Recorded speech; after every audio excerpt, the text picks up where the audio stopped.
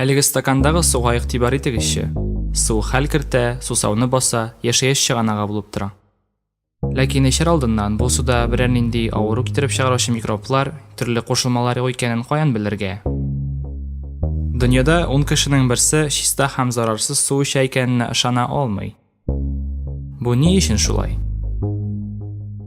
Тиешле дәрәҗәдә санитар күзәтү үткәрелмәү, эчә торган су чыганакларының тиешле дәрәҗәдә сакланмавы, гигиена таләпләре үтәлмәү сәбәпле суда юынтык су калдыклары да була. Бу куркыныч бактериялар, вирус, паразитлар артсын өчен иң уңайлы мөхит. Бу авыру китереп чыгаручы организмнар кешегә коточкыч зур зыян сала ала. Үлемгә китерә торган сәбәпләрнең иң яхшы пычрак су куллану нәтиҗәсендә чыккан диарея, бигрәк тә 5 яшькә кадәр балаларда очрый. 2010 елда МБО биргән хисап буенча, 1 ел эчендә микроблар белән зарарланган су сугышларга караганда да күбрәк кеше гомерен алган. Тиешле дәрәҗәдә су чистартылган очракта бу куркыныч безгә янамый. Гадәттә суны чистарту 3 этаптан тора: седиментация, фильтрлау һәм дезинфекция. Суны чистарту корылмаларына җыйгач, аны инде чистарта башларга мөмкин. Беренче адым седиментация этабына күп вакыт таләп ителә. Монда суга тимиләр, авыр кисәкчәләрнең төпкә утырганын көтәләр. Тик әле моннан соң су чистара бетмәй. Бик вак кисәкчәләрдән котылу өчен аны фильтрлау кирәк. Гравитация ярдәмендә су ком катламнары аша уза, ком калган кисәкчәләрне үзе аша чыгармый һәм суны соңгы этапка дезинфекция чаралары белән эшкәртүгә әзерли. Химик матдәләр, бигрәк тә хлор һәм озонның төрләре, судагы патогеннар белән көрәшү һәм су саклагыч системасының турбаларын дезинфекцияләү өчен кулланыла. Хлор суда яшәүче микроорганизмнарны бик яхшы чистартучы буларак билгеле, ләкин зыяны да булу сәбәпле бүгенге көнгә кадәр аның кулланылышы канун тарафыннан күзәтелә.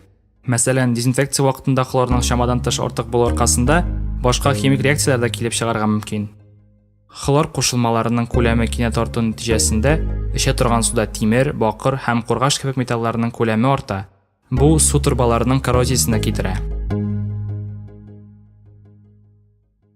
Шуның нәтиҗәсе буларак һәм составында селтә артканга күрә, суда төрле химикатлар һәм юнтык сулар эләгү нәтиҗәсендә түбәндәге авыруларның артуы күзәтелә. Яман шеш, йөрәк-кан тамыры авырулары, неврологик авырулар һәм бала төшерү. Кызганычка каршы, химик матдәләр белән пычранган суның сәламәтлеккә турыдан-туры зыяны турында нәтиҗә ясау авыр.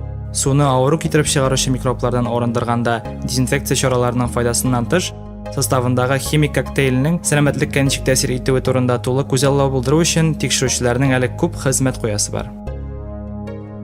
Краннан яки башка чыганаклардан куллана торган су эчәр өчен яраклы икәнен ничек аңларга? Беренчедән, чиктән тыш тынык, органик тоташмаларның катнашмасы яки югары тыгызлыктагы авыр металларның, мәсәлән, мышьяк, хром һәм кургашның булуы суның эчәргә яраксызлыгы турында сөйли.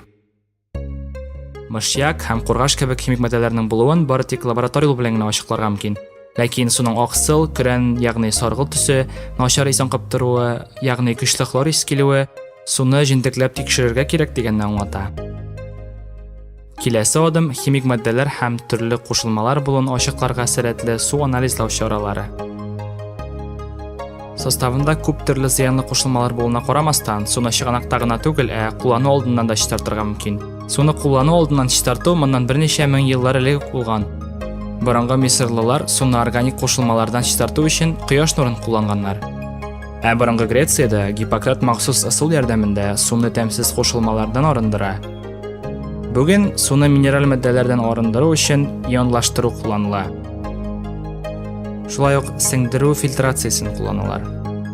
Бу исә активлашкан күмер аша суны сүзеп, зарарлы матдәләр һәм химик катнашмалардан арындыру.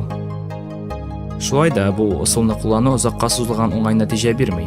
Иш шартларында куллану өчен су чистарту җиһазы авыр түгел, җиңел урнаштырыла һәм кулланыла.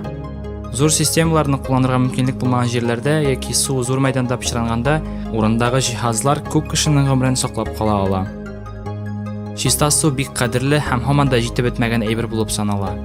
Дөньяда 800 миллионга якын кешенең эчәргә яраклы суны даими рәвештә куллану мөмкинчелеге юк. Ләкин өмет бар.